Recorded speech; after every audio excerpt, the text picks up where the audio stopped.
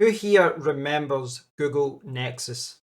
So I've got a couple of bashed up Google Nexus phones here, and I think this is quite interesting, even just from a modern smartphone perspective, just how much smaller phones were back then. And back then, a lot of people thought these were quite big phones, but I feel quite nostalgic about it as well. The Nexus range came out in 2010, something which I had to check on Wikipedia. But I remember when they came out, I was just a huge fan of them. And it was not because they were the best phone, because these were not the best phones. These did not have the best specs, but what they did offer was the best value. And that's why I love them. Now, most of the Nexus models, I had two or three, but most of the Nexus models, the battery life wasn't great. But you had this clean Android experience and it just offered great value. And my default response to so many people during the Nexus timeline was that you want a phone, the Nexus is the one to get. So it's quite interesting looking back on all of this because the market is obviously so different now. But you can see here that the Google Nexus range was launched in 2010. And if you go down, you can see that there was the Nexus 1, Nexus S, Galaxy Nexus, Nexus 4, the 5, the 6, and 5X. There's the 6P, that was hugely popular. So they obviously had some tablets as well. So it's quite interesting. But in 2016, they moved to Google Pixel. You can see there's the Google Pixel. And the reason that I'm bringing all of this up, I'm sure you are aware, is that last week I was looking at all the announcements and reviews of the Google Pixel 10. We're now at well, it's not 10 years, but the 10th generation of Google Pixel phones. And it's quite interesting to see how things have changed since the Nexus range. Google's priority with the Nexus range was value and just offering great value and bringing people into the Android system.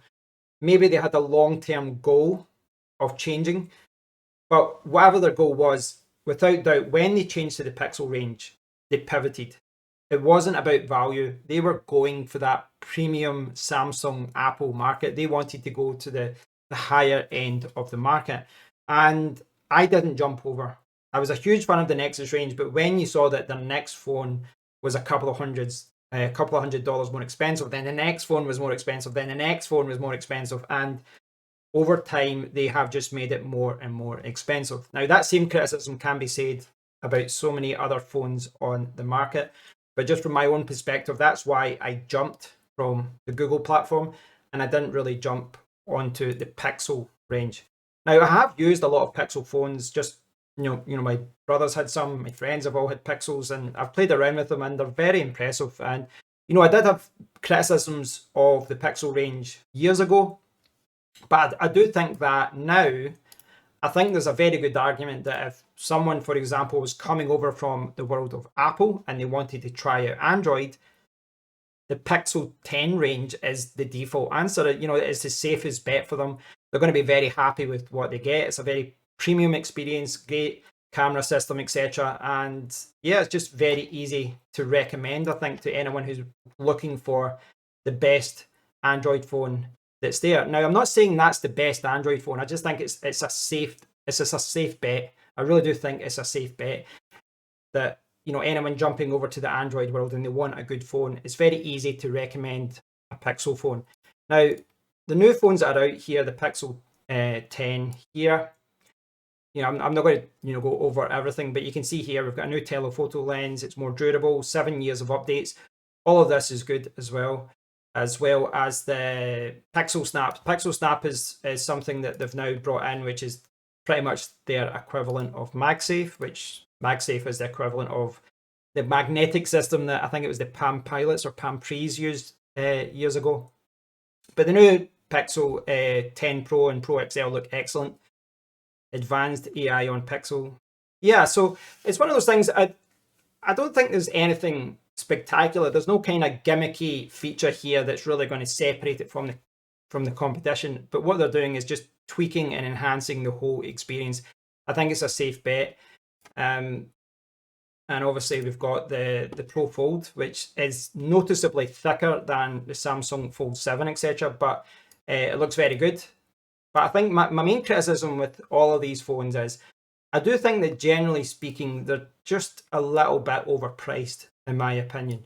Now, with all of these phones here, you can get really good discounts, which this is what Google does every year, is that the phone itself looks very expensive, but they throw in earphones and they throw in trade-in, offers, etc.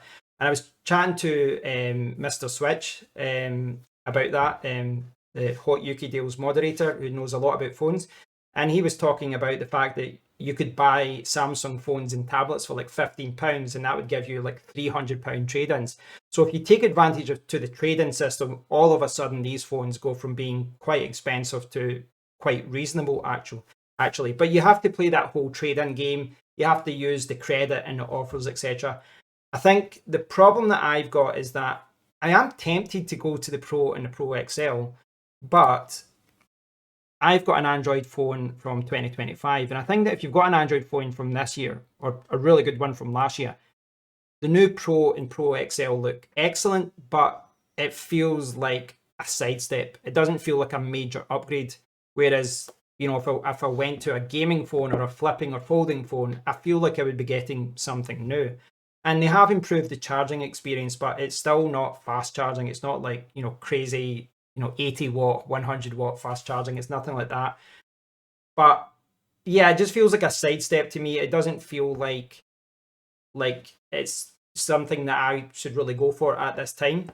I'm still tempted, but I'd love to hear your thoughts on the Nexus range of old. What were your opinion of the Nexus phones back in the day? And let me know what you think about the new Pixel 10 range. I'm still looking over the Pixel 10 range, but I think with the new iPhone coming out soon as well, I'm kind of hedging my bets and just waiting to see what iPhone offer, and then see what Apple offers, and then I'll make a judgment call and see if I want to move to a different phone. But I'd love to hear your thoughts on the new Pixel range. What's your thoughts on the 10, the 10 Pro, and the 10 Pro XL? The Fold looks good, but it's very expensive. It's very expensive.